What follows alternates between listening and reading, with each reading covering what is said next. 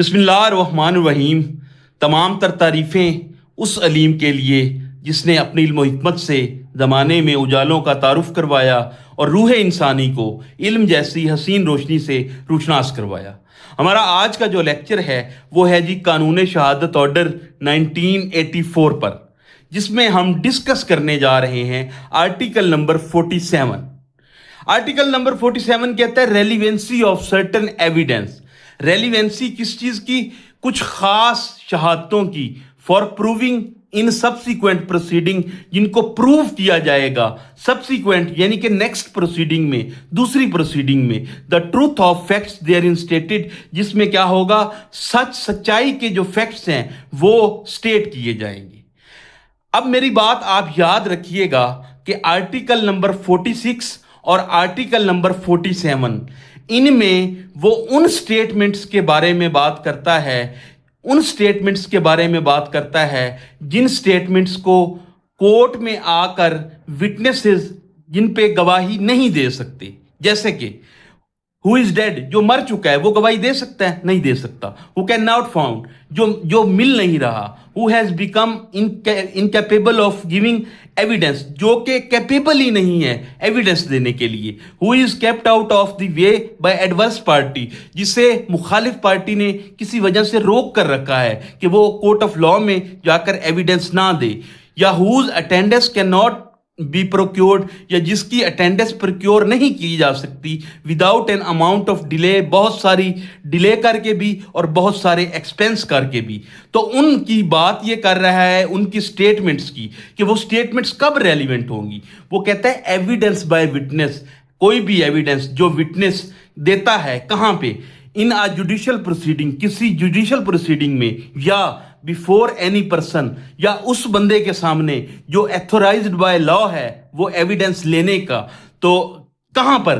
For the purpose of proving in, किस चीज में प्रूव करने के लिए? अ सब्सिक्वेंट जुडिशियल प्रोसीडिंग, यानी कि नेक्स्ट जुडिशियल प्रोसीडिंग में, in a later stage of the same judicial proceeding, या लेटर स्टेज पर, आखिरी स्टेज पर, उसी सेम जुडिशियल प्रोसीडिंग पर, जिनको प्रूव किया जाएगा वो फैक्ट रेलिवेंट होंगे।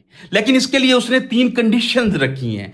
वो कहता है अगर इन कंडीशंस को आप फुलफिल करोगे तो आपकी जो एविडेंस है वो रेलिवेंट होगी, अदरवाइज नहीं होगी। तो कंडीशंस की तरफ चलते हैं। वो कहता है the proceeding was between same parties और देयर रिप्रेजेंटेटिव। वो कहता है प्रोसीडिंग जो है वो सेम पार्टीज के दौरान होनी चाहिए या उनके रिप्रेजेंटेटिव इंटरेस्ट के दौरान होनी चाहिए।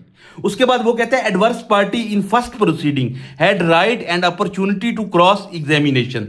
वो कहता है कि जो एडवर्स पार्टी है फर्स्ट प्रोसीडिंग में, उसके पास राइट होना चाहिए या उसके पास मौका होना चाहिए कि वो विटनेस पर क्रॉस एग्जामिनेशन कर ले। या तीसरा, question in issue were subsequent same in first as in second. या वो कहता है जो क्वेश्चन इन इशू है वो सब्सिक्वेंट होना चाहिए, ठीक है, किस चीज में? पहली प्रोसीडिंग और दूसरी प्रोसीडिंग में। तो उसके बाद इसकी एक्सप्लेनेशन है। एक्सप्लेनेशन में वो कहता है कि अ क्रिमिनल ट्रायल और inquiry shall be deem to be a proceeding. वो कहता है क्रिमिनल ट्रायल या इंक्वायरी को ऐसे ही समझा जाएगा कि ये प्रोसीडिंग बिटवीन द प्रोसिक्यूटर, ये प्रोसीडिंग प्रोसिक्यूटर और एक्यूज के दरमियान है, with in the meaning of this article. तो अब आ जाए इसकी वर्डिंग पर, आर्टिकल 47 की वर्डिंग पर।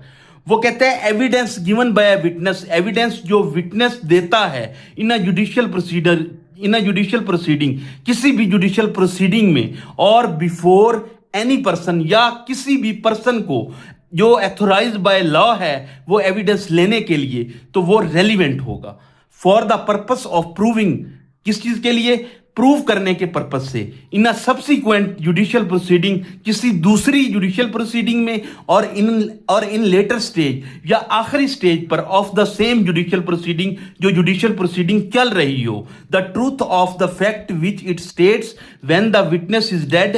वो कहता है कि जब भी विटनेस क्या हो मर जाएगा, या वो कैन नॉट फाउंड, वो मिल नहीं रहा होगा, या वो कैपेबल ऑफ गिविंग एविडेंस, या वो कैपेबल ही नहीं होगा एविडेंस देने के लिए, और is kept out of the way of by adverse party, या एडवर्स पार्टी उसे रोक लेगी एविडेंस देने से, और if his presence can not be obtain, या उसकी प्रेजेंस को हम यकीनी नहीं बना सकते with an amount of delay, बहुत सारी डिले की वजह से, और एक्सपेंस, बहुत सारे एक्सपेंस करने के बावजूद भी जिनको हम नहीं कर सकते under the circumstances of the case, the court consider unreasonable, तो कोर्ट उनको कंसीडर करेगी अनरीजनेबल। तो ये था हमारा आर्टिकल नंबर 47। तो ऐसे ही वीडियोस के लिए हमारे चैनल को सब्सक्राइब करें। शुक्रिया।